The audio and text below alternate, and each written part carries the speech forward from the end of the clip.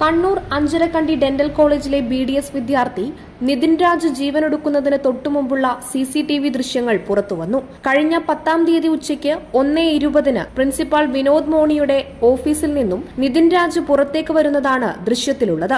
ആ സമയത്ത് ഓഫീസിൽ പ്രിൻസിപ്പാളിനെ കൂടാതെ അധ്യാപികയായ ലതാ ശശിധരനും മറ്റ് 2 അധ്യാപകരും ഉണ്ടായിരുന്നു. അധ്യാപകരോട് സംസാരിച്ച ശേഷം നിതിൻ ഓഫീസിൽ നിന്നും കരഞ്ഞുകൊണ്ടാണ് പുറത്തേക്ക് പോയതെന്ന് ദൃശ്യങ്ങളിൽ വ്യക്തമാണ്. ഓഫീസിൽ നിന്നിറങ്ങി കൃത്യം 18 മിനിറ്റുകൾക്ക് ശേഷം, അതായത് ഉച്ചയ്ക്ക് 1:30 നിതിൻ കെട്ടിടത്തിന് മുകളിൽ നിന്നും താഴേക്ക് ചാടി മരിക്കുകയായിരുന്നു. കേസ് അന്വേഷിക്കുന്ന പ്രത്യേക സംഘം നേരത്തെ തന്നെ ഈ CCTV ദൃശ്യങ്ങൾ കസ്റ്റഡിയിൽ എടുത്തിരുന്നു. പ്രിൻസിപ്പാളിന്റെ ഓഫീസിൽ നടന്ന കാര്യങ്ങളാണ് വിദ്യാർത്ഥിയുടെ മരണത്തിലേക്ക് നയിച്ചതെന്ന ആരോപണങ്ങൾക്ക് ബലം നൽകുന്നതാണ് ഇപ്പോൾ പുറത്തുവന്ന ഈ ദൃശ്യങ്ങൾ. സംഭവത്തിൽ പോലീസ് അന്വേഷണം ഊർജിതമായി തുടരുകയാണ്. Prime vision news, Iritty.